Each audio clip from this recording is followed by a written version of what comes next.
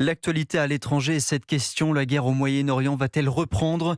Pour la deuxième nuit consécutive, les États-Unis ont bombardé l'Iran, frappe menée sur une centaine de cibles en réponse à des tirs de l'armée iranienne sur des navires commerciaux naviguant dans le détroit d'Ormuz. Ce point de passage stratégique encore et toujours au cœur des tensions entre les deux pays, Caroline Baudry. L'Iran délimite l'itinéraire des bateaux commerciaux. Ils doivent passer le long de ses côtes et payer un droit de passage. Les États-Unis s'y opposent. Les deux pays s'accusent mutuellement de ne pas respecter l'accord cadre signé le 17 juin. Un texte en 14 points que chacun interprète à sa guise, explique Adel Bakawan. Il dirige l'Institut européen d'études sur le Moyen-Orient et l'Afrique du Nord. C'est noté que la circulation dans le détroit d'Ormuz doit rester libre.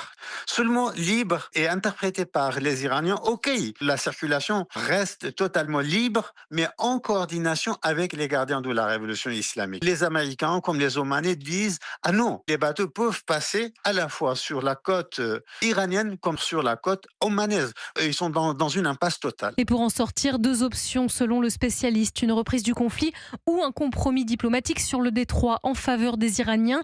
Seule façon d'entamer les discussions sur le nucléaire, toujours espérées par les États-Unis. Le point le plus délicat de ces négociations, laborieuses. Précision Caroline Baudry pour Europe 1 et conséquences